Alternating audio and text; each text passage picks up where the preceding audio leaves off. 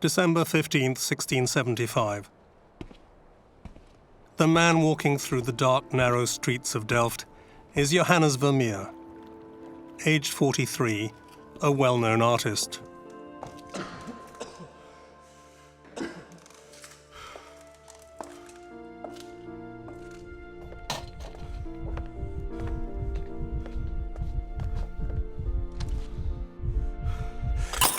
His sudden, unexplained death consigns him to the depths of oblivion. Over the course of time, he'll be dispossessed of his works, and his name will progressively fade from memory.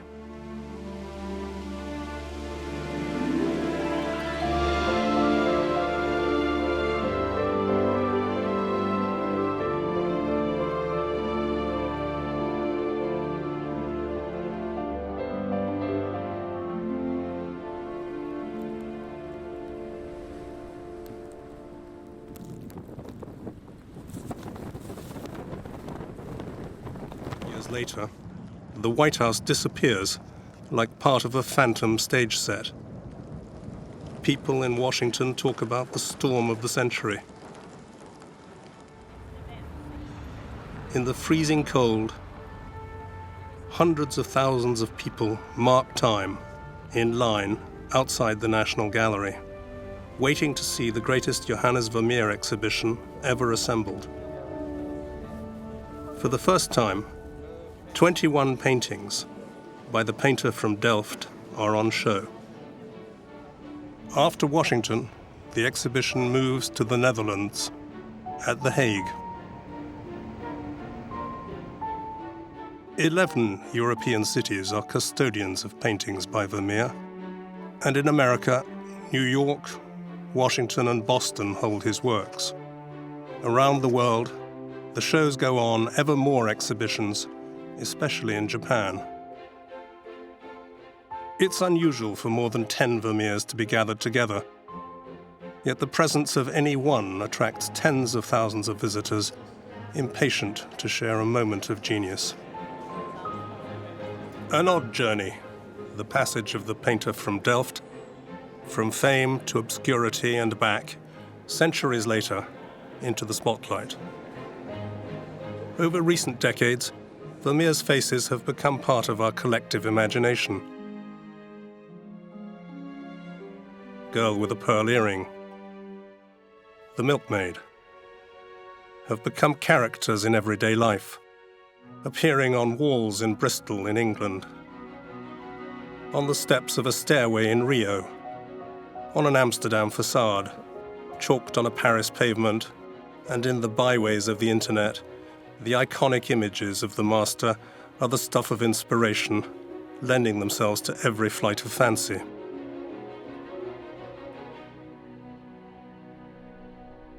For some, an interest in the works turns to obsession, like Salvador Dali, who installed a reproduction of the lace maker in the Paris Zoo, intending thereby to bring together his twin passions of the moment, the work of Vermeer and the rhinoceros.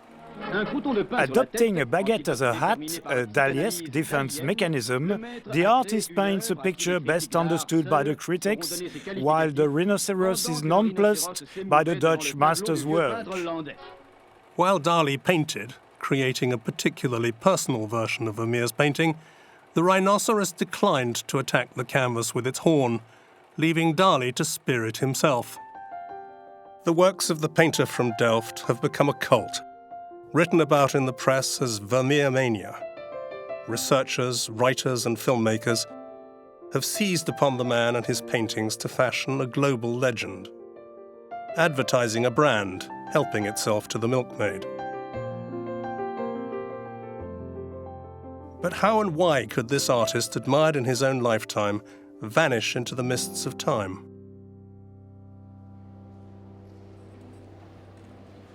The disappearance came about through a series of circumstances. His name faded from sight because he painted few canvases and thus had few clients. His style was not in the taste of the century following his death. And then he didn't feature in the catalogue listing Dutch painters, which for a long time served as the standard reference work for art historians. He was also the victim of unscrupulous dealers who overpainted his signature by that of other more prominent artists, Pieter de Hooch, Gabriel Metsu, or even Rembrandt.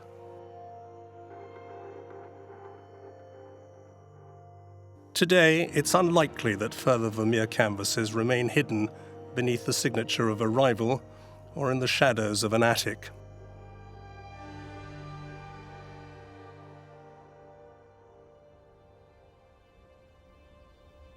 Johannes Vermeer remains an indistinct figure who, apart from his works, left little trace, and large parts of his life are shrouded in obscurity. Even today, unanswered questions abound. Why did he paint so few pictures? When at that time in Holland, most painters were prolific, like Rembrandt, who painted several hundred works, whereas but 37 Vermeer canvases survive.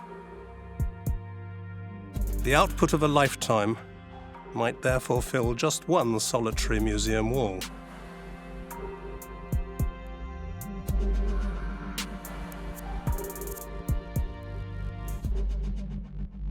We'll probably never even know what the painter looked like. Some experts have suggested that in the Procuress, the young man smiling at the viewer is a self-portrait of the artist. In the art of painting, he may be the man with his back turned to us. Some writers have suggested that his features may be discerned in the faces of the astronomer and the geographer. The houses in which he lived in Delft have gone. We know nothing of any master nor any pupil. He left no writings. Did he marry for love or for the sake of advancement? And was his conversion to the Catholic faith truly sincere? We know more about his forebears than about the man himself. Research shows his family tree features some colourful characters. His mother's father was a watchmaker, but also a counterfeiter. His father's mother dealt in second-hand goods and set up fraudulent lotteries. Reinier Jansen, Vermeer's father, was an ambitious man and a man of violence, quick to resort to the knife. In 1615, the Register of Marriages of the town of Delft shows that he married Digna Baltens, Vermeer's mother-to-be. She's illiterate and signs her name with a cross. Johannes Vermeer was born on the 31st of October 1632 in Delft. Like all his family, he was baptized a Protestant in the new church. This extended family of a low order hardly foreshadows the young man destined to become an artist of such standing as to become the subject of a worldwide millennial craze. But why do people feel so passionate about his work?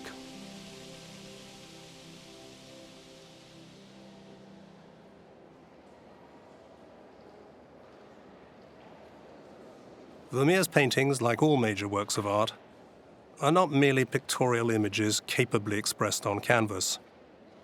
They're also icons of our civilization, the mythic objects which tell our stories, enshrine our values, and represent the symbols of our society.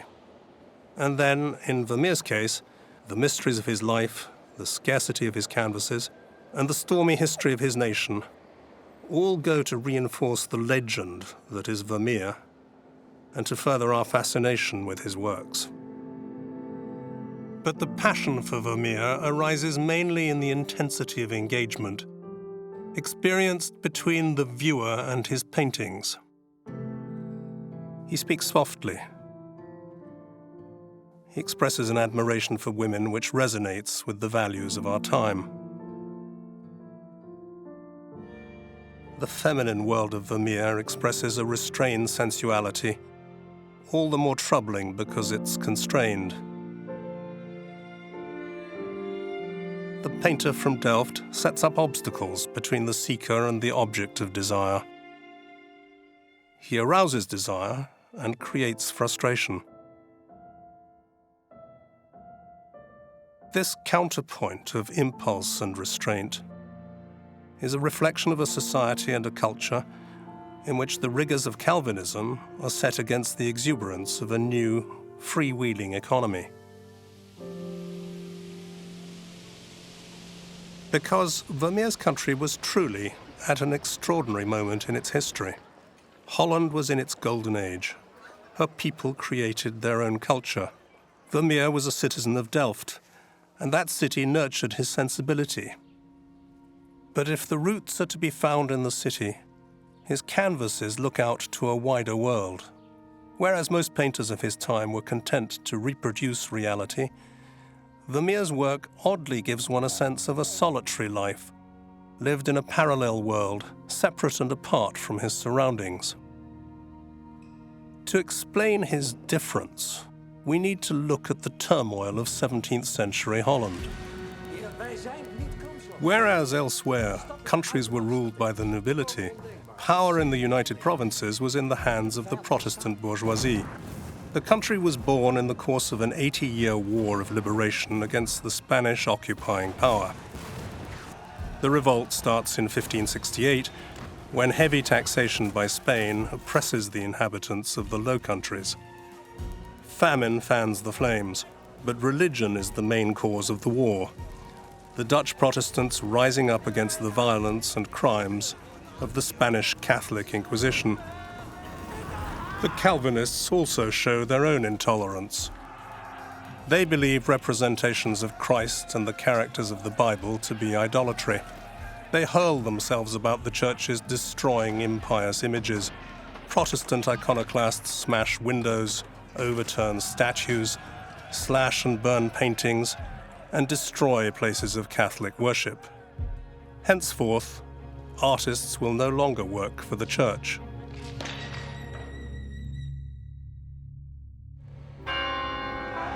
What seemed at the outset to be a revolt became a long war lasting over 80 years. Vermeer was 16 when hostilities came to an end in 1648, when King Philip IV of Spain signed the Peace Treaty of Munster. By that treaty, Spain retains the south and recognizes the United Provinces in the north. The people of this new nation created a republic, uniting 7 provinces. Their representatives sat in a general assembly, and civil power was exercised by a political leader known as the Grand Pensionary. Nonetheless, nostalgia for the monarchy and for the House of Orange endured. Republicans and Orangemen frequently engaged in stormy encounters. Nothing in that country was anything like its neighboring countries.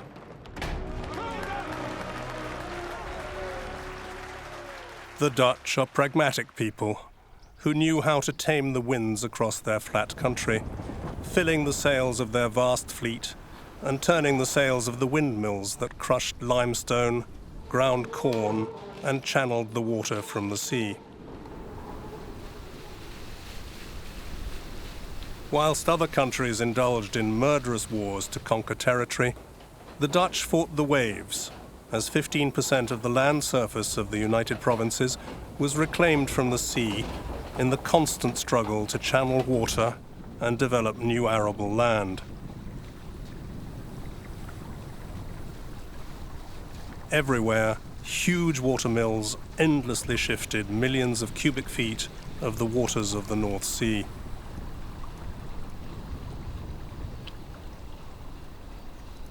Holland was forever threatened by floods.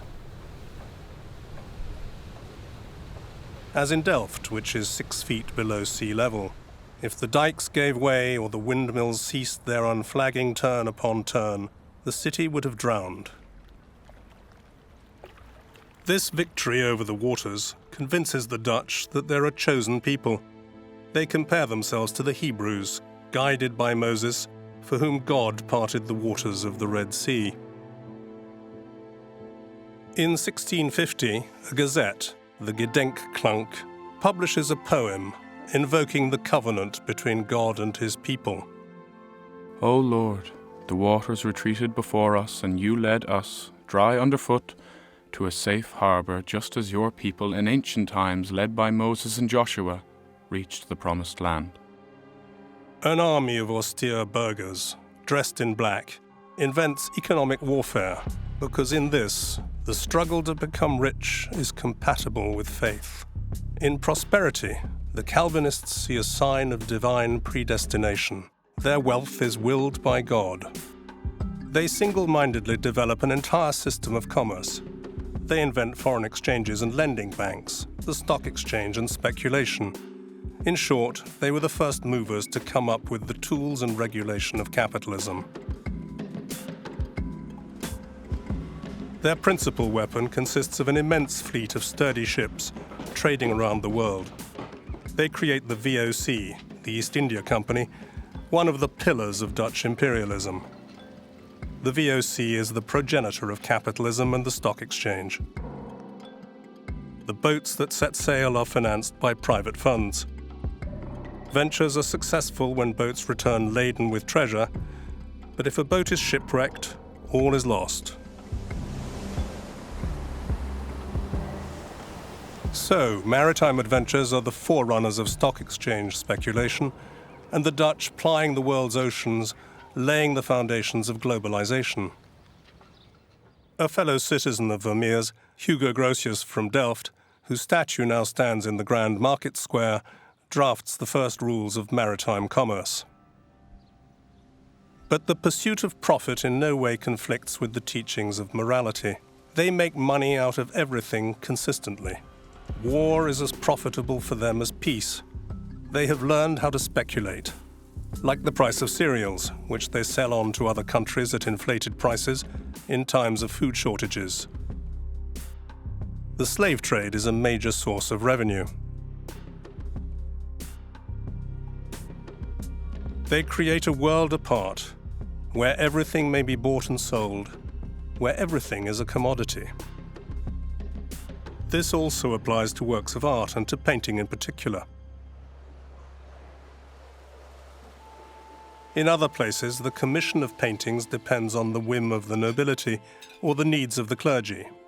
Here, market forces determine the creative process. Painting flourishes because the bourgeois class is rich, and they appreciate paintings which basically show themselves, their families, their fellow citizens, and their country. The walls of their homes are covered in these depictions. The explosion in demand spawns thousands of painters. Their output is staggering. It is said that 1 million pictures were painted in just a few decades.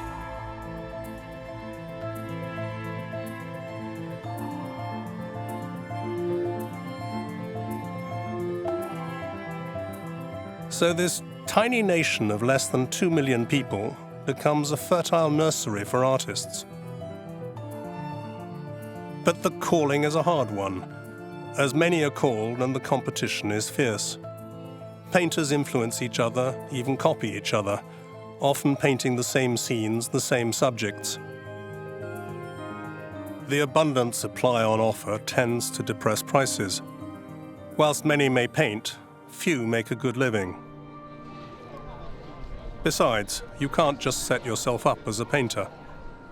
Artists must belong to guilds, like a trade union, which underwrite the quality of training. 6 years' study with a master are required before being allowed to practice independently. The young Johannes is put through the rigors of this regime, and then the painter is up against a host of able rivals, some talented, some geniuses. Amid the power of Rembrandt's works, the expressiveness of Frans Hal's portraits, the humor of Jan Steen, the refinement of Gabriel Metsu, the elegance of Pieter de Hoch, the genre paintings of Frans van Mieris, the intimacy of Gerard ter Borch, pastoral scenes of Adriaan van Ostade, the finesse of Gerrit Dou, and the names and works of so many others, Vermeer will have to chart his own course.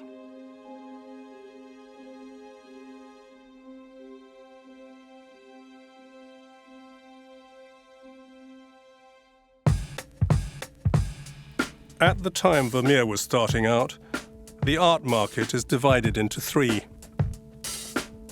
First and foremost are the historical paintings and depictions of mythology, whose creators enjoy the greatest prestige because their works give an account of great civilization. Then come the portraits of notables, still life paintings and landscapes, and lastly the genre paintings which depict scenes of daily life. These many paintings add up to a wealth of observation, subjective, moving, sometimes shot through with humour, by the poetic or even mysterious.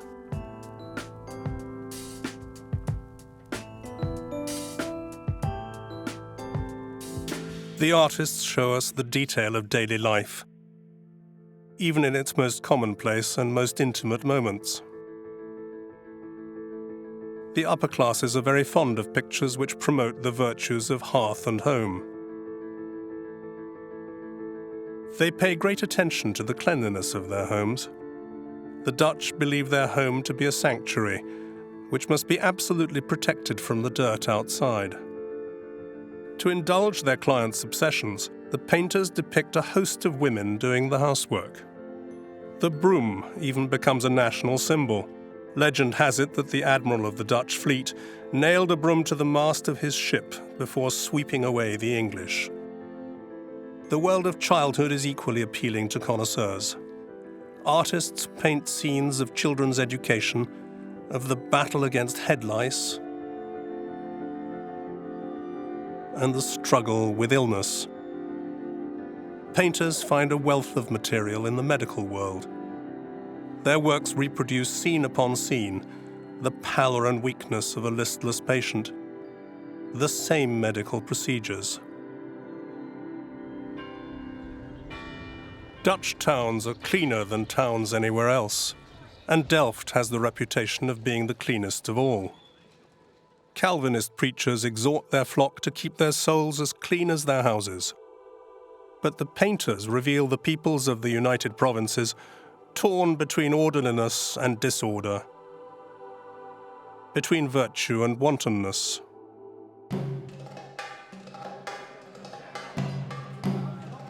The Dutch are pleasure seekers.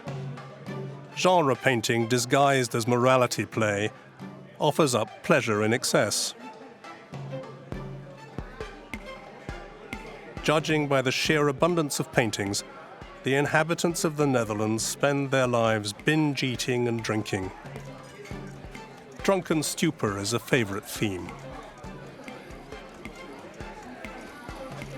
Sex is everywhere, often symbolically, like the suggestive innuendo of the pipe, the oysters featuring in scenes of seduction. Animals are reminders of pleasures of the flesh, sometimes in crude display. Painters' intentions are often clearly expressed. Brothel scenes abound, and physical acts of love are sometimes explicit.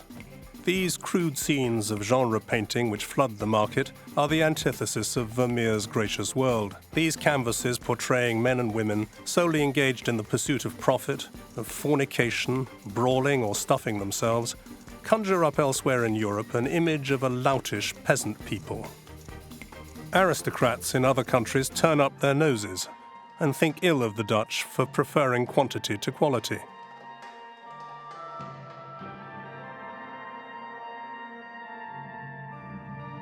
A French scholar, Claude Saumaise, writes in the year 1650, Holland is a country where the demon gold is seated, crowned by tobacco on a throne of cheese. This behavior provokes angry condemnation by Dutch Calvinists, whose doctrinal beliefs encourage a literal reading of the Bible to no effect. Although Dutch men and women do learn to read and write, more so than people abroad, the wealth of books and journals tends to promote new ideas, and the writing of letters furthers the pursuit of love.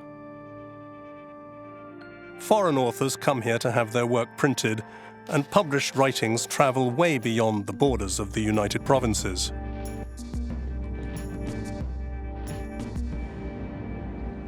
The Jewish philosopher Spinoza was born in Amsterdam in the same year as Vermeer.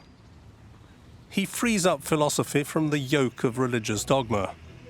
Spinoza asserts the difference between belief and knowledge. the Jewish religious community denounce him as a heretic. Whilst Spinoza looks at life through fresh eyes, he makes his living grinding lenses, a consequence of advances in the science of optics. A Delft man, Anton van Leeuwenhoek, invents the simple microscope, thus enabling the start of cellular biology. He and Vermeer, both well known, living in Delft, share parallel lives.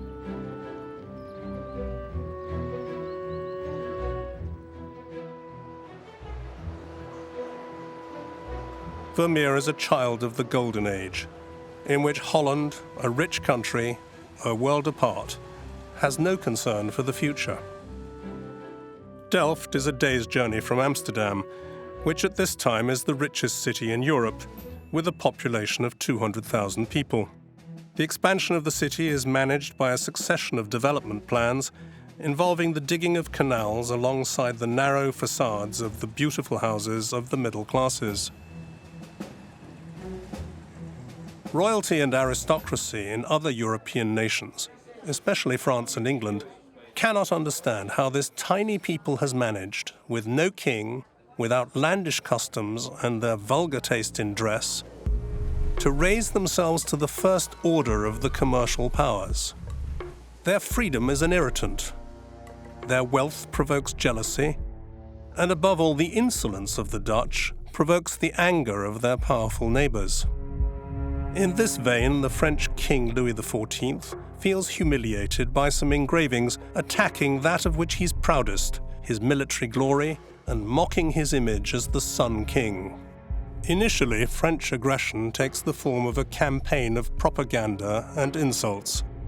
In 1666, a certain Pierre Le Jol, in the pay of Louvois, a minister of the King of France, publishes a description of the city of Amsterdam, which he dedicates to the very ugly, very dirty, very overweight, very unsanitary, and very ignorant Messrs. Muckrakers and canal dredgers of Amsterdam. This outpouring of scorn, accompanied by threats, doesn't worry the Dutch, believing themselves impregnable. Their defence comprises a less than serious army, reinforced by a dandified militia, in whose lives banqueting is a high point.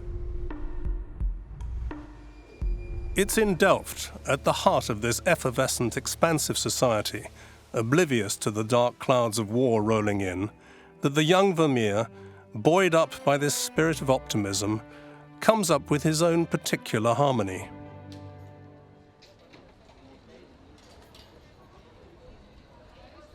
Vermeer and Delft, inseparable. The Dutch city is one of the major influences in the painter's background. There's a sense of royalist nostalgia in Delft, because during the Spanish War, William the Silent, Prince of Orange, who led the revolt, established his headquarters, the Prinsenhof, in a former convent. 12 years later, it's here that he's assassinated by a French Catholic, the King of Spain having promised a reward of 25,000 écus to anybody who would rid him of his enemy. An immense marble mausoleum is erected in the new church of Delft to house his remains. It becomes a place of pilgrimage for the Dutch. This presence of the Princes of Orange may well have imbued Vermeer with an aristocratic sensibility which suffuses his work.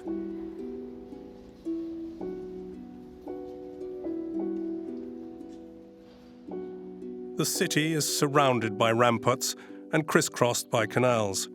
In Vermeer's time, it comprised some 25,000 or 30,000 people. Delft is an economic and cultural hub, and an exceptionally active city. It's a feast for the eyes of landscape painters.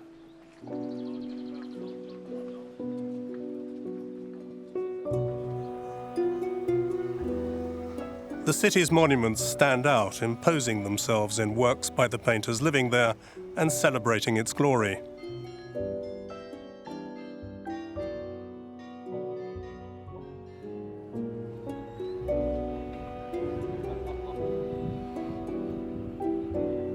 Today, pedestrians strolling in the quiet of the narrow streets have no inkling of the bustle of the times.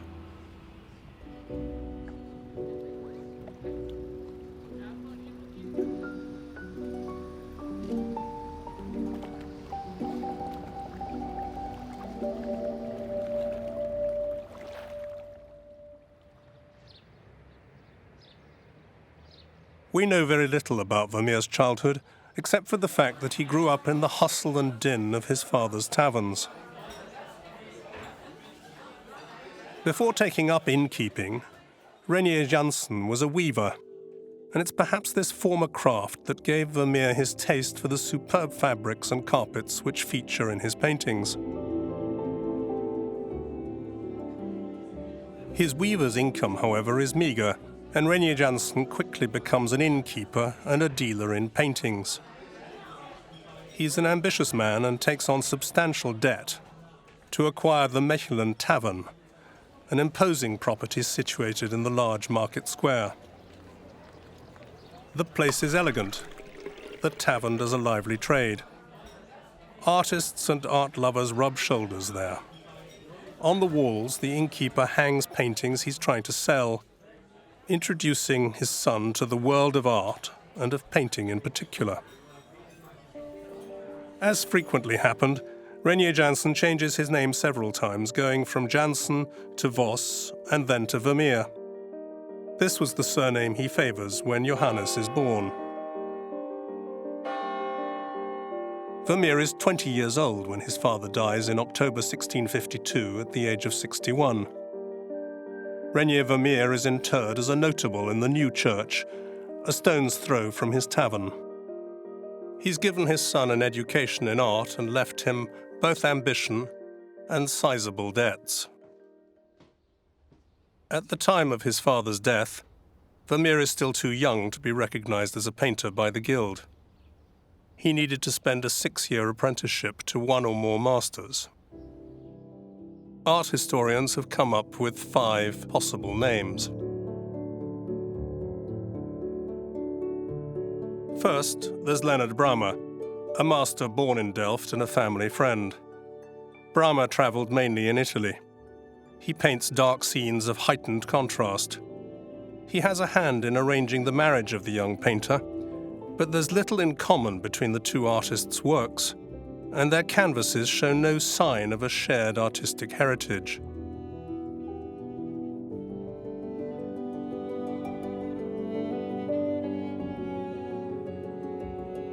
Ever van Eest has also been suggested. A regular customer in the family tavern, this artist is very well known for his still life paintings. But here again, Van Eest's work has nothing in common with that of Vermeer. There's been research of Gerard ter Borch.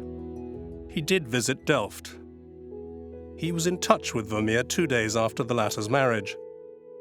There's a powerful resonance between ter Borch's works and Vermeer's later paintings, but there's no evidence of any earlier connection, and ter Borch lived a long way away from Delft.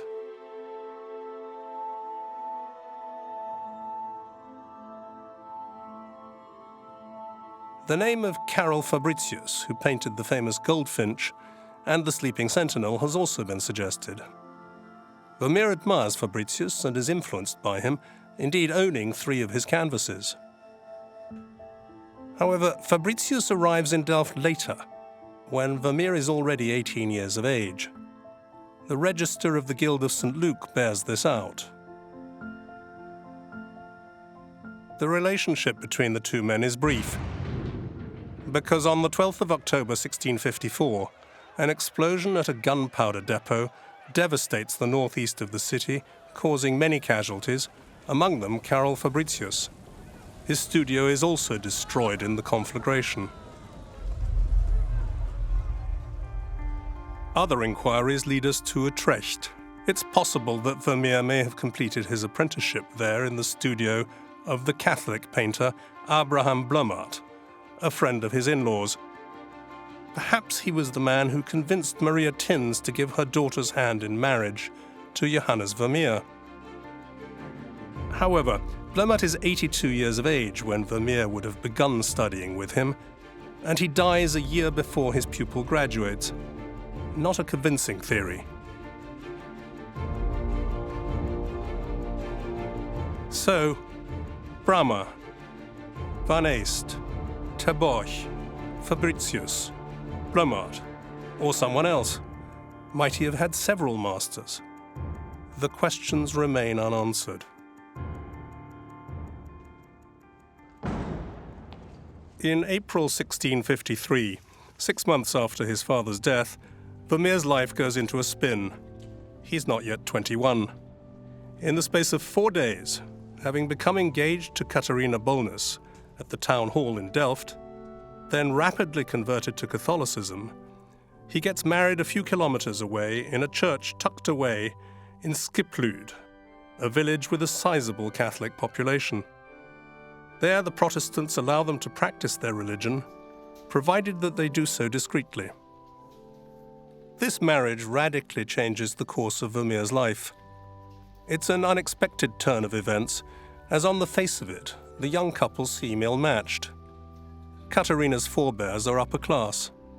She's from Gouda, older than the groom, Catholic and wealthy, whilst Johannes, a native of Delft, is of humble birth, just starting out in his career, penniless and Calvinist. This marriage is a great step up for the young painter, however surprising his hasty conversion. Besides which, the marriage allows Vermeer to benefit by a guild rule, affording him the rank of painter despite his youth. As for Maria Tins, the mother-in-law, she will play a major role in the life and career of her son-in-law. She's a woman to be reckoned with. In the course of her marriage, she suffered abuse at the hands of her husband. The town magistrates granted her a divorce and half of her husband's estate. She's in possession of a small fortune which she manages astutely. She also owns some arable land which brings in a regular farm income and affords the family financial security. She has some paintings on the walls of her house in Delft, from which the painter will draw inspiration and sometimes introduce into his own works. The first paintings by the very young artist are mythological or religious, for these are considered the most worthy of subjects. Only 3 of these early canvases survive and are often overlooked, an unfortunate oversight because they reveal the true Vermeer, that sensibility which he will bring to his genre paintings, raising the profane to an act of devotion. These early works date from between 1653 and 1655, and we don't know where they were painted because Johannes and Katharina first went to live in the Mechelen tavern. By 1659, they're living with Maria Tins in an area known as the Papists' Quarter. A death certificate establishes that their baby died there in 1659. Vermeer's first painting, Saint Praxedis, is signed and dated 1655. It's a faithful copy of a painting by a Tuscan artist, Felice Ficcarelli. As if to affirm his new religious beliefs, Vermeer has added a crucifix in the hand of the saint, wiping away the blood of martyred Christians. Its attribution to Vermeer was long contested. An analysis of the pigments, however, establishes beyond doubt that this picture was produced in the Netherlands during Vermeer's lifetime.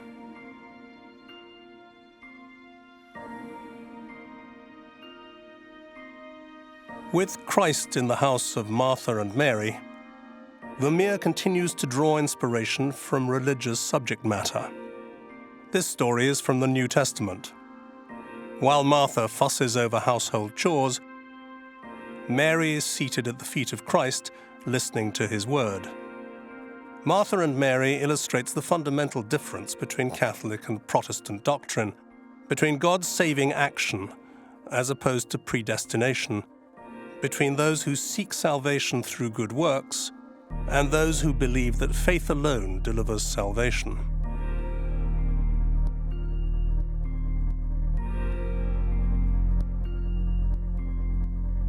In Diana and Her Companions, the young Vermeer taps a mythological source. He paints the Roman goddess of the hunt having her feet washed by a nymph. A recent restoration of the painting has revealed significant alterations. the canvas has been cut along the left edge. The discoloration of the pigments over the course of centuries has toned down the greens. And then a 19th century repainting has changed what was a nocturnal scene to day. One of Diana's companions turns his semi-clothed back to us, the only nudity in any of Vermeer's work. Although signed, the picture was for long attributed to a little-known artist from Utrecht called Jan Vermeer.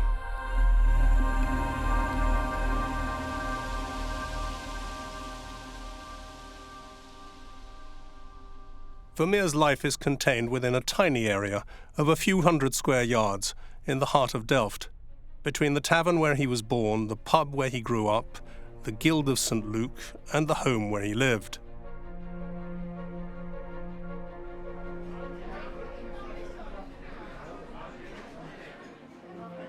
After spending 20 years with his father receiving a Protestant upbringing, Vermeer changes worlds. Henceforth he's a Catholic and settles into the circle of women among whom he spends the following 20 years. He lives in the bosom of Maria Tin's family, which embraces his mother Digna, his eldest sister Gertrude, his wife Katharina, the servant Tanneke, and the 7 daughters among his 11 surviving children. Both his life and work are going to be imbued with their presence.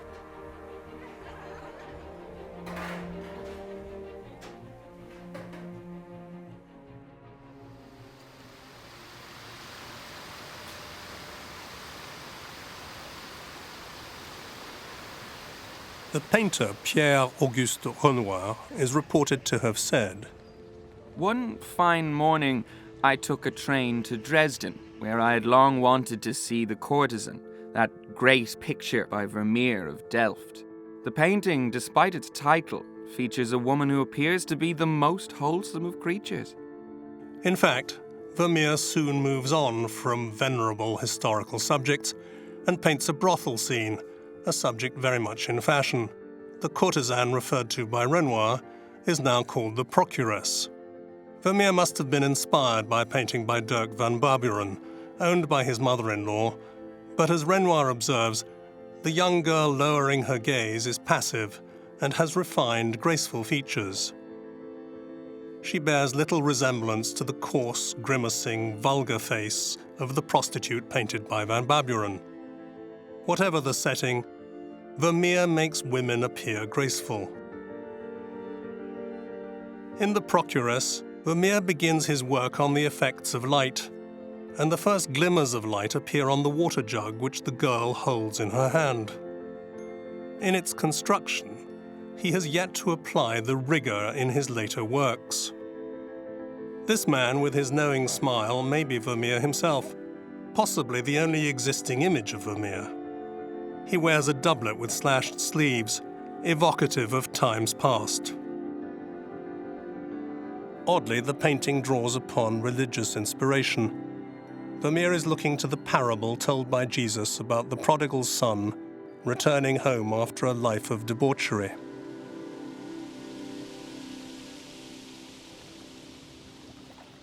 In Vermeer's 20s and early 30s, a creative surge turns Delft into one of the great centres of Dutch painting, enlivened by a movement of artists profoundly interested in the treatment of architectural volumes and the interplay between light and perspective. Some of them paint elegant worlds, whilst others devote themselves to more traditional portraiture or still life. In this flourishing time, Vermeer quickly becomes one of the emblematic figures of the School of Delft. He's elected head of the Guild of St. Luke.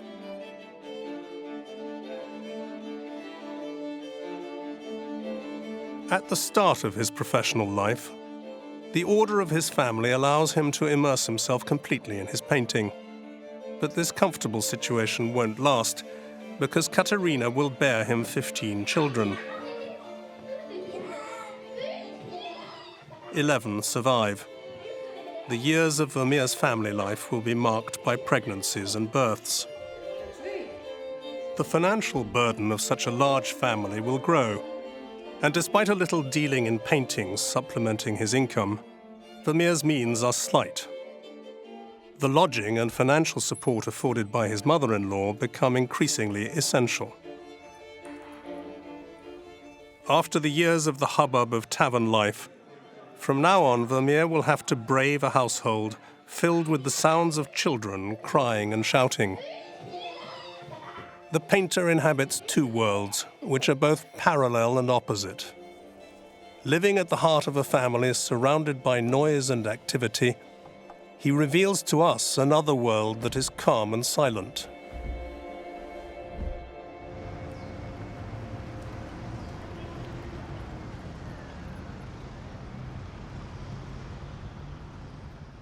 A Maid Asleep, which hangs in the Metropolitan Museum of Art in New York, was painted between 1656 and 1657.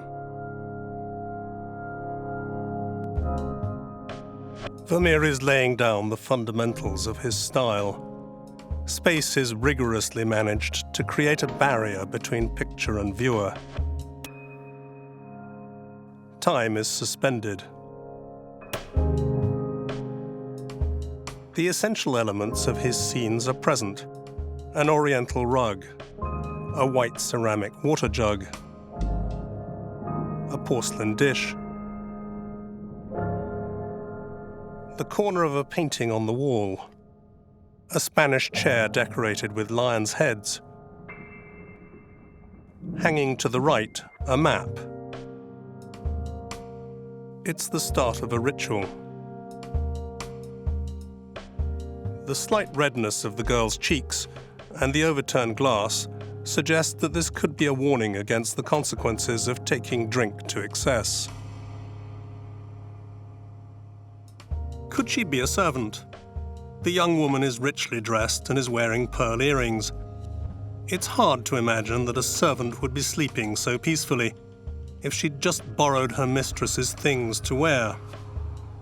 An X-ray of the canvas shows that the painter made some corrections, some revisions. There was previously a plate near the sleeping girl's fingers.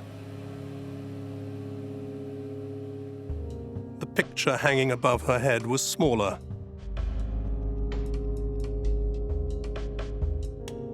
Vermeer had painted the figure of a man in the other room, and a dog seated at the door opening, now hidden by the corner of the chair. These changes describe the development of the painter's thinking and his determination to say less. He favors subtle suggestion over rigid commentary. Vermeer creates spaces to make way for our imagination. And as we work out our own interpretation, we make the work our own. To whom is this woman writing? Is it a passionate note to a distant lover? The crumpled letter tossed aside, did it come from him? It must have provoked the reader's anger. She's irritated, but perhaps this is only a first draft, or an inadequate response, as she seeks perfection and has trouble finding the words. The servant appears unconcerned by the trials of her mistress, lost in her own thoughts, a small smile on her lips. Her pensive look is directed towards the window, ornamented with a crest, which emphasizes the rank of the household. Why has the artist hung a painting of Moses saved from the waters on the wall? Is this about the fear of a country forever threatened by flooding, or on the contrary, is it asserting the pride of a people that has conquered the waves? The painter draws no absolute conclusion, but leaves it to our imagination.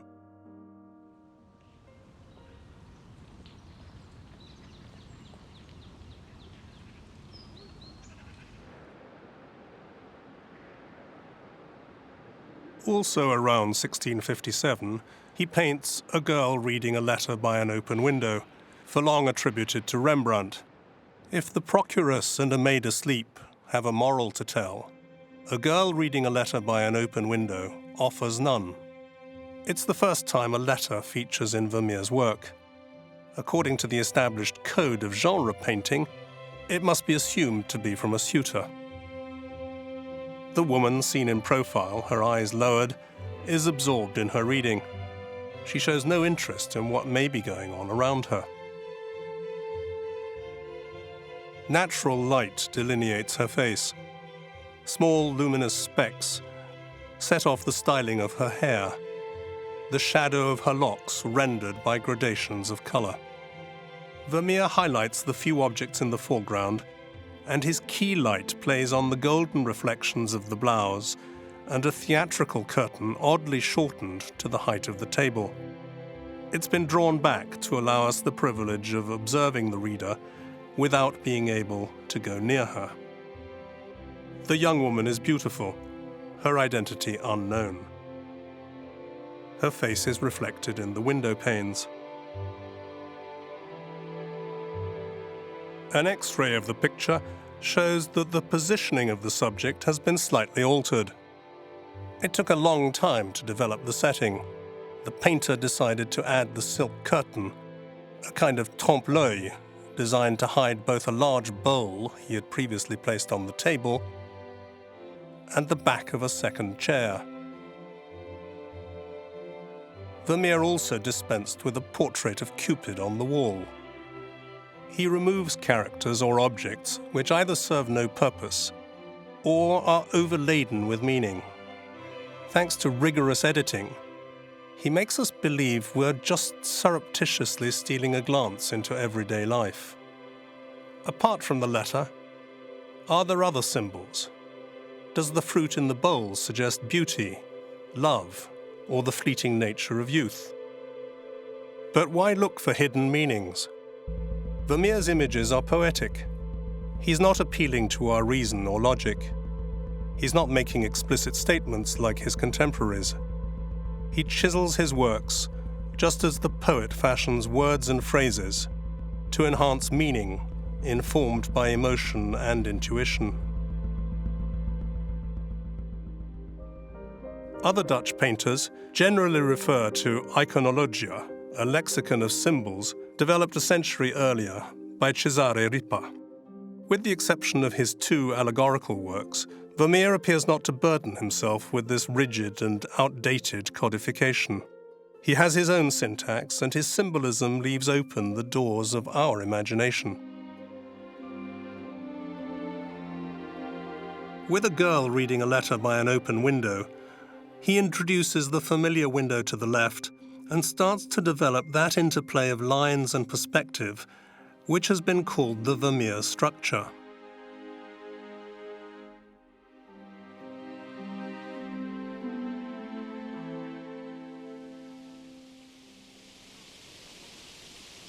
The year Vermeer finishes this painting, he's 25 years old. Louis XIV of France is 19. The young monarch was crowned king 3 years earlier. Louis's belief in the divine right of kings is summed up in the words, "One king, one faith, one law." He promulgates the papal bull of Alexander VII, officially condemning Jansenist teachings. France gets tough on dissident religions and nonconformist opinion. The people of the United Provinces have no inkling of the growing might and the new policies that will have disastrous consequences for their country, Vermeer least of all. The first few years reveal how slowly he works, creating scarcely 2 or 3 canvases per year. Does this slow pace come about by way of melancholy or simply through inactivity? Or is it actually the result of a deliberate decision to increase the value of his output by reason of its scarcity? There's a third and more attractive theory. Vermeer begins to immerse himself in another world, his own parallel world, obsessed with his research and determined to outdo all other artists. The progression of his works makes it clear that for the painter, time is no longer relevant. The observation and reconstruction of the effects of light on matter require thousands of hours of work. The blends of color which irradiate the contours of faces and objects, the shadows alive with subtle tints, the play of transparency, describe the slow elaboration of a technique of infinite precision. Moreover, there's no sign of preliminary drawings. Patiently, Vermeer paints and corrects. The revisions are many. X-rays reveal constant alteration of scenes, meaning the artist will have to wait for different layers of paint to dry. The man thus able to freeze time in his canvases must himself have been outside of time, wrapped in the self-absorbed ecstasy of the artist, totally immersed in his work, and oblivious to the existence of other people and to the passage of time.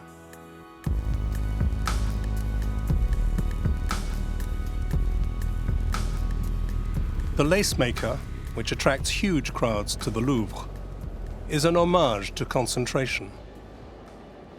Vermeer shows us a woman absorbed in her task. Her attitude betrays no sense of the future, nor any recall of the past.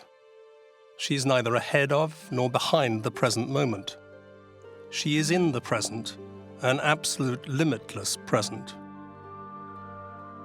Vermeer's subjects are suspended in contemplation, in the pursuit of the precise gesture, the search for the right word, the quest for the relevant idea. Vermeer portrays the activity of the mind. He extols silence, solitude, and thought itself, the only force which can take control of time and make it disappear. The man who has confined his daily life within the narrow boundary of a square now locks his subjects into ever-repeating structures. Around that time, Spinoza writes, I will analyze the actions and the appetites of men as though these were a matter of lines, of planes, and of solid matter. The philosopher and the painter set out to apply the same geometric rigor to their work.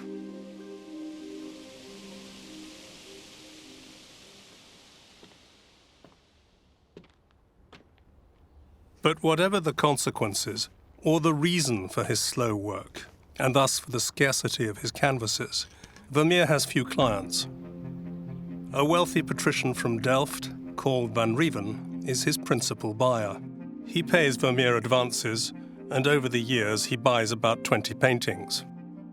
So Vermeer's work is not in wide circulation, and he's less well known because he has so few canvases to show. In August 1663, Balthazar de Montconis, a French diplomat, decides to go to Delft to meet Vermeer and has this to say of the encounter. In Delft, I saw the painter Vermeer, who had none of his own works.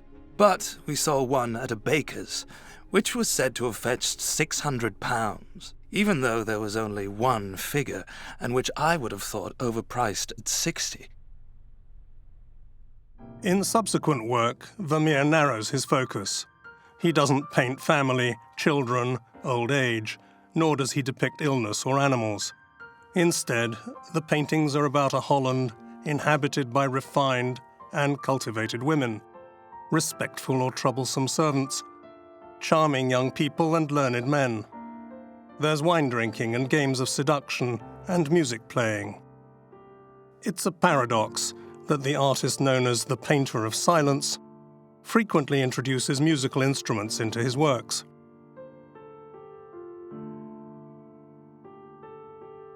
In contrast to the portrayals in many genre paintings, often describing a noisy country, populated by uncouth and loutish bumpkins, to the flood of images not infrequently degrading to women, to the repeated representation of housewives forever sweeping, and to the stack of portraits of a smug bourgeoisie, Vermeer offers us an altogether different perception of an ordered society. It's a patriotic and elitist proposition, showing us elegant women of the upper classes and men of learning.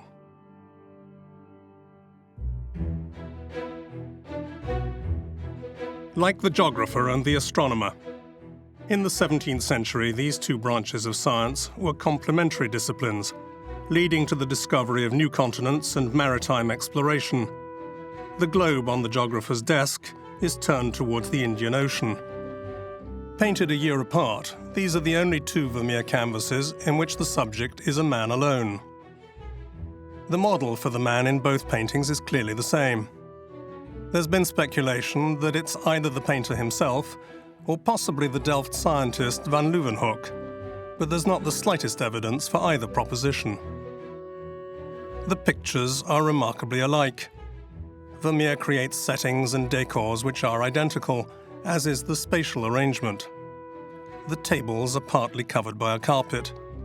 The geographer holds a compass, whilst the astronomer has placed his on the table. The astrolabe is the counterpoint to the geographer's globe. The two scientists are wearing silk dressing gowns, a sort of kimono, which are identical but for a few details. They're caught up in the same silence and intense concentration.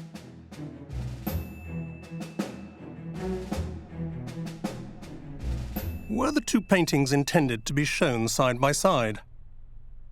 Despite their numerous similarities, the difference in size would seem to indicate otherwise.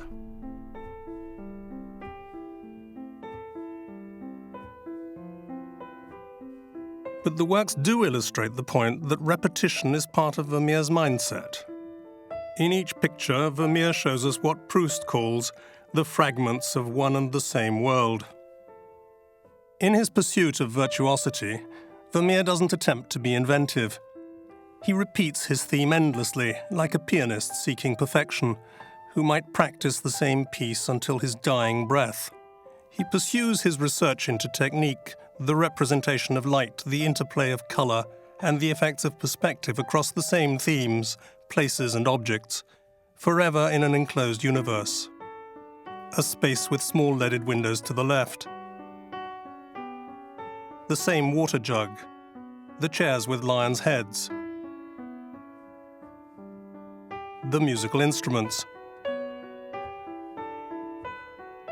The picture within a picture. The yellow ermine trimmed jacket. The jewels. Occasionally some attentive gentleman. A soldier with his chest puffed out, and some wine to add a note of intoxication and sociability. All of which has led some critics to say that the artist lacks imagination. Quite the contrary. This repetition demonstrates the complete freedom of the painter, his detachment from the confines of the art market. He's breaking with custom and the rules. Vermeer treats the same obsession in each of his paintings in structural continuity. His subjects display little emotion in settings that are infinitely decorous, although occasionally he crosses the line and teases us. The moist lips of his girl with a pearl earring and girl with a red hat, and their direct gaze, are a departure from an aloofness which might otherwise become wearisome. Vermeer allows us to come nearer. He invites our curiosity and sometimes lures us to the very edge of subtle eroticism. The appeal of Girl with a Pearl Earring has moved millions of viewers and contributed hugely to Vermeer's celebrity.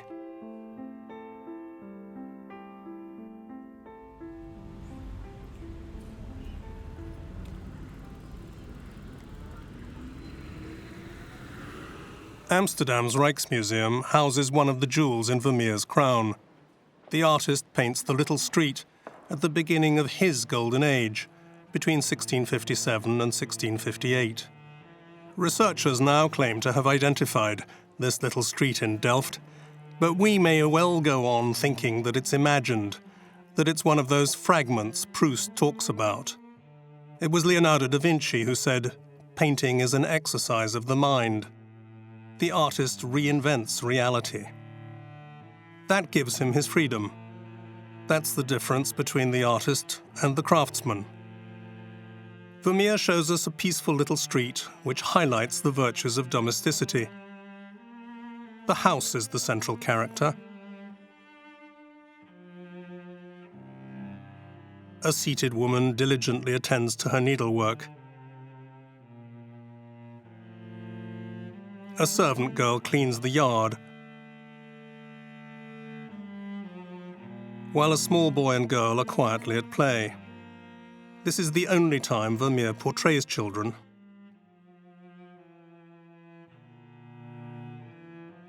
He's erased the image of a man seated in the passageway. Here, he's portraying a society given to modesty, worthy of the greatest respect. He's displaying the quiet dignity of his people. Vermeer must have been familiar with the townscapes of Pieter de Hooch. He rivals him in technique. To paint the brickwork, he applies a more or less uniform layer of reddish-brown with a thick brush, with a small speck of grey added here and there. Then he paints the mortar between the bricks with a thin line of grey. Lastly, he highlights some of the bricks with touches of orange, while he tones down and ages others with notes of brown. And then observe the splashes of pure colour, which give rise to his reputation as the master of light.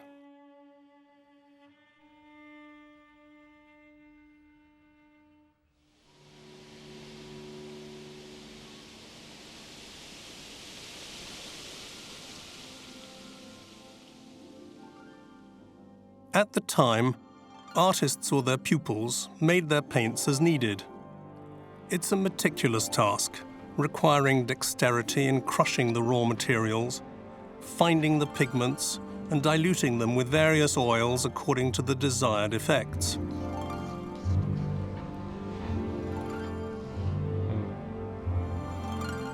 The mixture is made for immediate use, because it's not until the middle of the 19th century that the industrial manufacture of paint in tubes enables painters to work outside their studios. In Vermeer's time, exterior scenes are either observed through the window, or imagined, or perhaps both. His colours are characteristic of Vermeer's work. He likes the daring juxtaposition of lead tin yellow and the blue he gets from crushing lapis lazuli. His palette is made up of cochineal red, green-grey, ochre, lead white, azurite, and indigo. Sometimes he layers shades, like in The Girl with a Glass of Wine, in which the undercoat creating the shadows in the red satin dress are achieved by the use of ultramarine blue. Van Gogh admired Vermeer's palette. In The Woman in Blue Reading a Letter, he described the arrangement of lemon yellow, pale blue, and pearl grey. It's a particularly harmonious painting. The soft shades the woman quietly reading are calming. Vermeer succeeded in making time stand still. Some critics have suggested that the reader is pregnant. Admittedly, the multiple pregnancies of Katharina Bolnus give credence to this view, but the dress of the period, the generous morning jacket and the padded skirt create a misleading impression. Woman in Blue Reading a Letter and Woman Holding a Balance emanate the same sense of abundance and spiritual strength. Both pictures are painted between 1663 and 1664, when Vermeer is 30 years of age. The lighting, geometric rigor of the composition, and the subtlety of the allegorical subtext make Woman Holding a Balance one of Vermeer's major works. The dialogue between the scales the woman is holding and the painting depicting the Last Judgment gives the decidedly Catholic scene a religious meaning. In fact, there's a clear contradiction between the Last Judgment and the Calvinist doctrine of predestination. If there was any doubt about the sincerity of Vermeer's conversion to Catholicism, Woman Holding a Balance would seem evidence of the depth of his commitment. As an example of how Vermeer's works disappeared, this picture was sold to the King of Bavaria in 1826 as the work of Gabriel Metzu.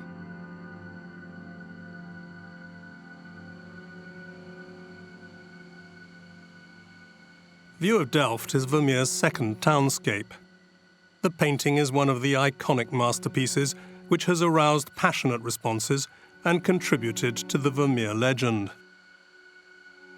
The sky over Delft as depicted by Vermeer never existed. He's collated a series of changes of light to render the extraordinary interplay between light and shade. The sun's rays shine upon the new church, housing the mausoleum of William the Silent, father of the nation, as well as the tomb of Vermeer's own father.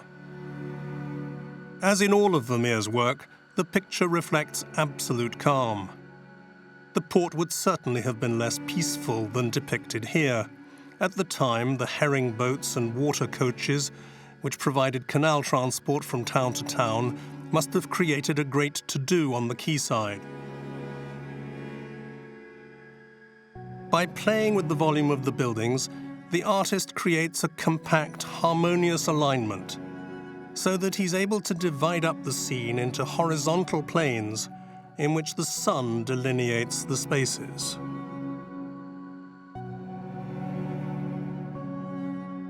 The little section of yellow wall will fascinate Marcel Proust. The French writer considers View of Delft the most beautiful picture in the world. In his book La Prisonnière, he has his character Bergotte say, "This is how I should have written. My recent books are too dry. They could have done with several layers of colour to give my sentence its own value, like this small section of yellow wall." Upon which Bergotte will be stricken by a seizure and die in front of the painting. Vermeer has the courage to experiment with his materials. He mixes lead white with larger particles of pigments mixed in with sand. The intense luminosity of the canvas led Pissarro to say that this picture is a Dutch masterpiece which comes close to the Impressionists.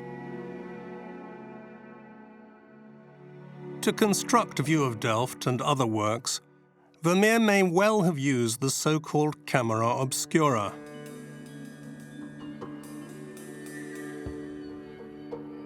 The optical effect created by the camera obscura is a phenomenon known since ancient times.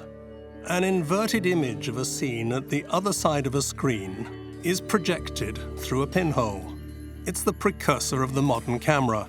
The device became available to painters in the second half of the 16th century. The image produced by the camera obscura allows the artist to emphasize lines of perspective. It increases the depth of field, the areas in which the image is sharp and those where it's blurred. In those blurred zones, the light breaks up into a patchwork of spots. All these optical effects may be seen in Vermeer's work, and it's possible that he viewed the world through the medium of the camera obscura, analyzing the deconstruction of light into particles, those particles which will come to infuse his paintings with luminous color.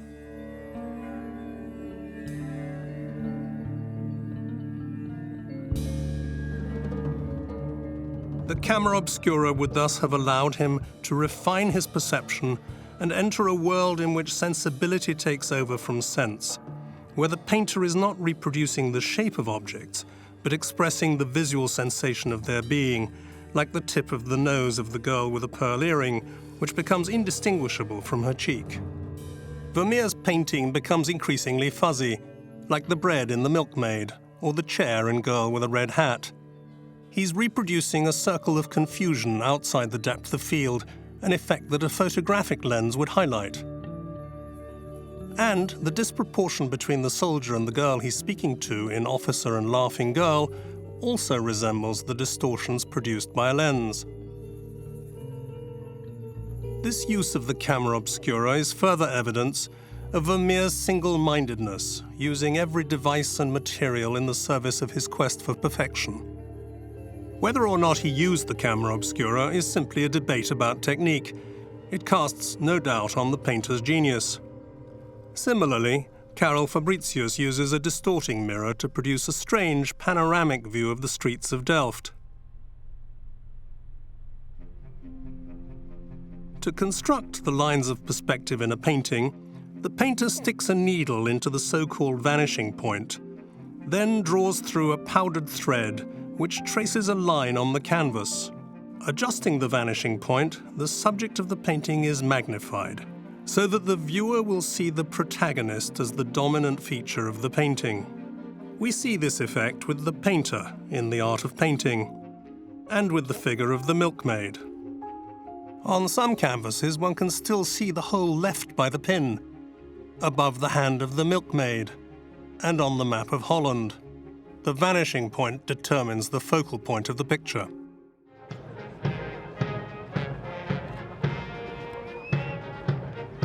Buckingham Palace in London houses the music lesson. It's among the most beautiful of Vermeer's paintings. A masterpiece of construction and intellectual endeavour. Its lines of perspective and its vanishing point create a profound aesthetic that's not unlike the works of some 20th century artists. The rigorous alternation of horizontal and vertical lines prompted Arthur Wheelock, a leading Vermeer expert, to say that the structure of the painting anticipates the work of Piet Mondrian, the 20th century Dutch artist. Vermeer has altered the original position of the music teacher and the keyboard player. The reflection of the young woman in the mirror tells us that originally she was turned more towards the man. That mirror also reflects the foot of the artist's easel, which gets into frame and reminds us that he's the creator of this picture. At the end of the 1660s, Vermeer enjoys an enviable reputation. Peter Tedding van Beckhout, a Delft notable, visits Vermeer and writes in his diary, I went to see a famous painter called Vermeer, who showed me a few examples of his work, in which the most extraordinary and noteworthy feature is the perspective. In 1667, Louis XIV, who had married the Spanish Infanta Maria Teresa, takes the view that on the death of his father-in-law, Philip IV of Spain, his wife should inherit part of the Spanish Netherlands. He engages in the War of the Spanish Succession to seize the territory. The conflict lasts scarcely a year. France triumphs over a weakened Spain. This victory of the French king will whet his appetite for war and strengthen his desire to subjugate the Dutch.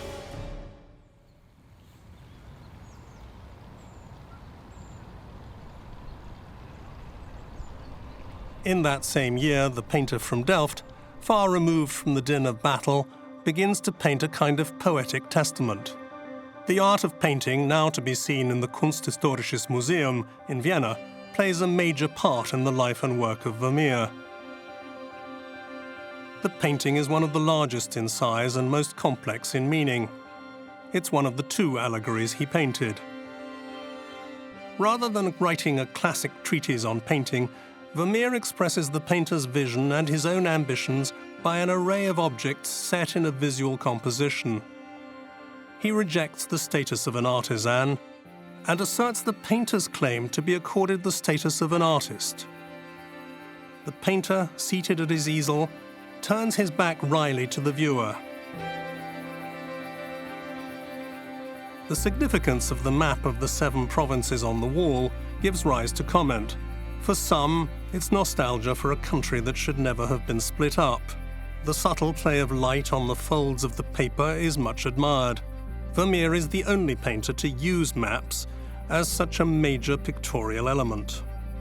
The painter's doublet, which dates back to an earlier period, and the chandelier surmounted by a 2-headed eagle, the imperial emblem of the House of Habsburg, perhaps reveal his own search for timelessness. The absence of candles in the chandelier has led to suggestions that he was thereby expressing his sorrow at the death of culture among a mercantile people, whilst others see in it the disappearance of the Catholic faith. He paints a young woman dressed in an oversized garment representing Clio, the muse of history.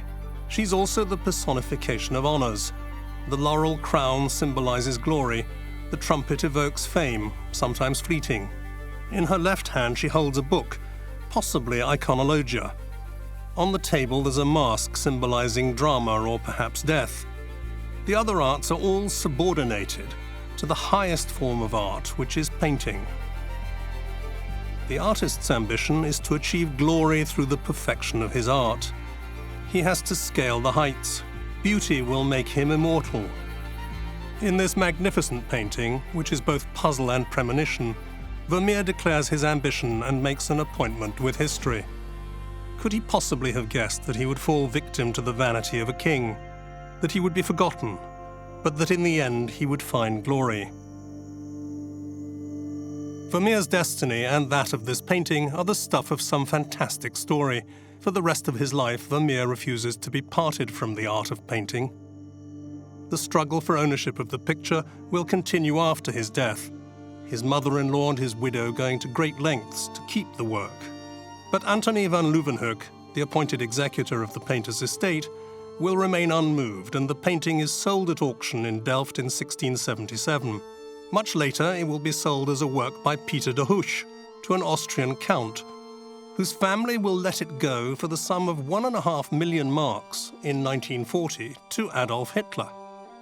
After the war, American GIs will recover the painting from a salt mine where the Nazis had hidden their treasure. In 1946, the art of painting will eventually become the property of the Austrian state, which puts the painting on public display in Vienna, still delivering Vermeer's messages.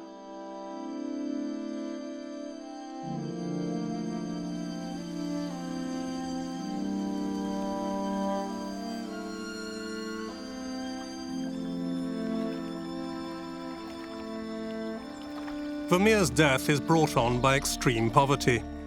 In the early 1670s, money is scarce. These archival records show that Vermeer is spending time managing his mother-in-law's affairs. He paints Allegory of Faith, its Catholic message, the devotional if somewhat awkward pose of the sitter, the surprising snake crushed by St. Peter's Rock on the black square tiled floor typical of Dutch middle-class interiors, all lead one to conjecture that this must have been commissioned by the Jesuits. It's a clumsy subject, to which Vermeer nevertheless brings all the subtlety of his technique.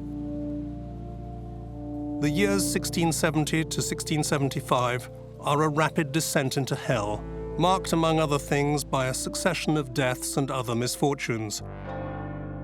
His mother Digna dies, as do his sister Gertrude,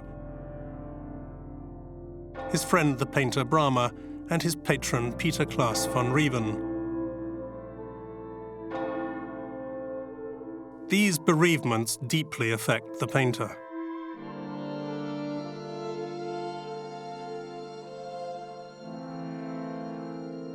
In 1672, Vermeer is 40 years old. This is the worst year of all. Called the Rampjaar by the Dutch, the year of all disasters, it sounds the death knell for the Golden Age.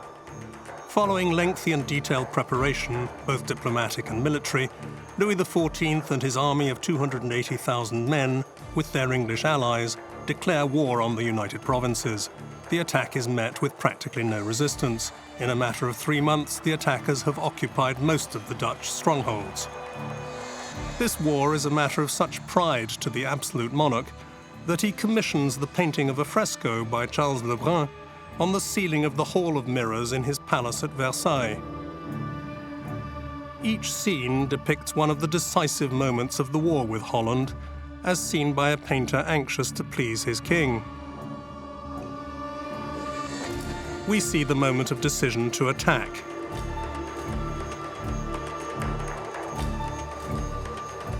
King Louis in his glory, at sea, flanked by Neptune, hailed by Mars and Minerva.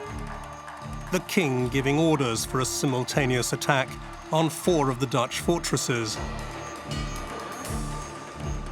Picture by picture, Charles Lebrun relates the story of the Sun King's War, concluding with peace, plenty, and the figure of Mercury holding out an olive branch. The reality is very different. The French armies engage in wholesale looting and even massacres. Voltaire writes in the century of Louis XIV, "Of all the conquerors who have invaded any part of the world, there is not one who began his conquest with as many troops and as much money as Louis XIV deployed to conquer the little state of the United Provinces." The Dutch are on their knees. They send negotiators to cede to the French most of the occupied territories. At the king's command, his emissaries add further demands, looking to humiliate his foe.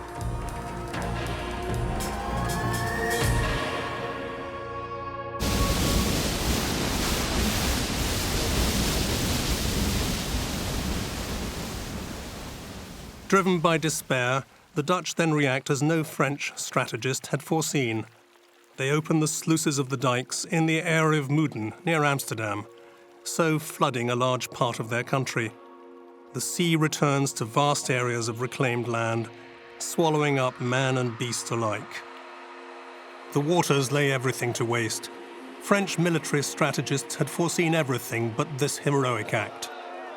The war, which was supposed to be short, will last 6 long years. The people of the United Provinces are torn apart. The Orangists blame the Republic and De Witt, the Grand Pensionary, for the weakness of the Dutch in the face of Louis XIV and for having trusted the French. On the 20th of August, an enraged mob, egged on by the Orangists, massacres the Grand Pensionary along with his brother Cornelis and puts their bodies on public display.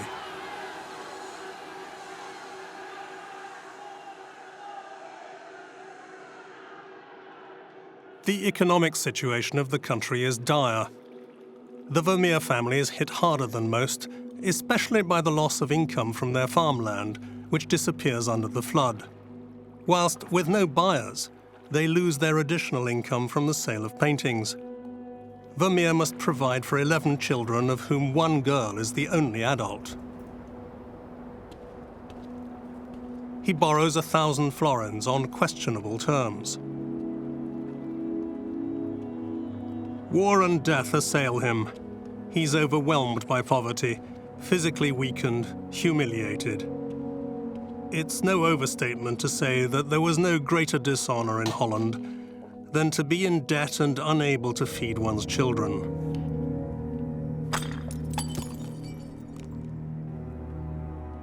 Vermeer dies on the 15th of December, 1675.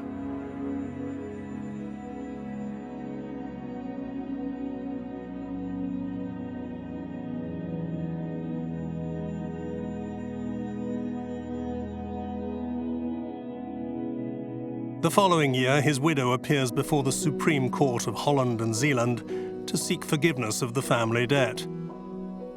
She says, he was unable to sell not only his own canvases, but also those works of other masters in which he traded. As a result, and because of the heavy responsibility of his children, he was no longer able to provide for them from his own means. He sank into a mire of despair that took such a toll that he fell into delirium, and in a day or a day and a half, he passed from life to death. No one knows the cause of Vermeer's death. He's buried in the old church in Delft beside 4 of his children. His mother-in-law will join them a few years later. There being no space in the tomb, Catharina, Vermeer's wife, will be buried far from her family. In 1696, 20 years after the painter's death, Jacob Discius's collection of 21 of Vermeer's works is sold off. Many of these paintings had been bought by Van Rieven, Discius's father-in-law.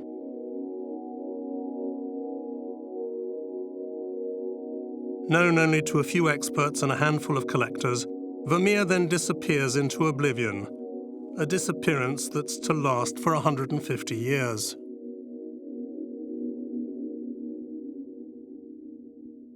In the middle of the 19th century, one man rediscovers Vermeer and embarks on a passionate crusade to bring him to light. Théophile Thoré is a lawyer, a militant revolutionary, an art critic and collector. His taste in painting is informed by his political beliefs. France in the 1800s is in turmoil, in the midst of revolutionary fervour. Thoré is a very active militant. He serves a year in prison for writing a pamphlet. He's sentenced to 10 years' exile for publishing a newspaper. He changes his name to William Burger. He particularly admires Dutch painting, which seems to him to be inspired by the free spirit of that people. Before his exile, he had visited the museum at The Hague in 1842, and there discovered View of Delft, his first encounter with the work of Vermeer. It wasn't love at first sight. 16 years later, he expresses his ambiguous response to Vermeer's painting. One might say he set out to build his city with a trowel, and that he built its walls to last forever. Too much, too much. But he does conclude, despite this masonry, the view of Delft is nonetheless a masterly work. Later, he develops a real passion for the painter from Delft. He sets out to find all the scattered Vermeer paintings, as well as those wrongly attributed to other artists. Torreburger publishes a series of eulogies in the influential Gazette des Beaux-Arts, in which he describes the discovery of the man he calls the Sphinx of Delft. He organizes the first Vermeer exhibition in Paris, but carried away by his enthusiasm, Torreburger goes on to identify no less than 70 Vermeer paintings, and of the 11 paintings exhibited to the Parisians, only 4 are actually by Vermeer. The spark kindled by Théophile Thoré bursts into flame, and from then on Vermeer is known as a famous artist. But claims and uncertainties about real Vermeers and false Vermeers will drag on for over a century.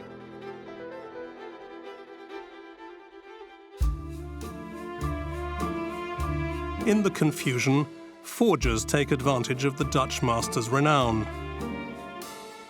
Like Han van Meegeren, the most charming hoaxer of the 20th century, who's accused at the end of the war of having sold a Vermeer to the Nazi Hermann Göring.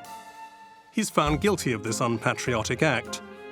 Facing public disgrace and the threat of a long prison sentence, he confesses to having painted fake Vermeers. The judges don't believe him.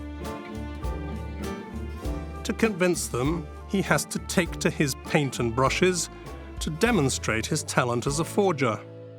To their amazement, the Dutch discover that Van Meegeren managed to sell his fakes, including 11 Vermeers, for $30 million. But because he'd succeeded in making a fool of Göring, he wins the support of his fellow countrymen, and his own paintings, signed Van Meegeren, become valuable. Sadly, worn out by long legal battles, the painter-forger dies of a heart attack during his short spell in prison. In the decades following Vermeer's return to the limelight, analytical techniques have made great advances, and new methods have enabled his work to be ordered and authenticated. But it was a long road for Vermeer and his masterpieces to be restored to their rightful place. As a fable, this story might have been entitled The King and the Painter, because its epilogue has a moral. About Vermeer, of course, but also about Louis XIV. The king, Louis XIV, who compared himself to the sun, the man who so loved making war for fame and for his own amusement. History remembers him, of course, because he built Versailles and provided a livelihood for some artists. But his thirst for glory caused the loss of countless lives, among them the life of the little painter from Delft. In his picture, The Art of Painting, Vermeer, the man of silence, in the shadows, also aspired to glory, but he chose a worthier path, in the knowledge that only an artist may endure through his work. He could hardly have imagined, though, the passions he would arouse, his renown throughout the world, and in the end, that his vindication would be so complete.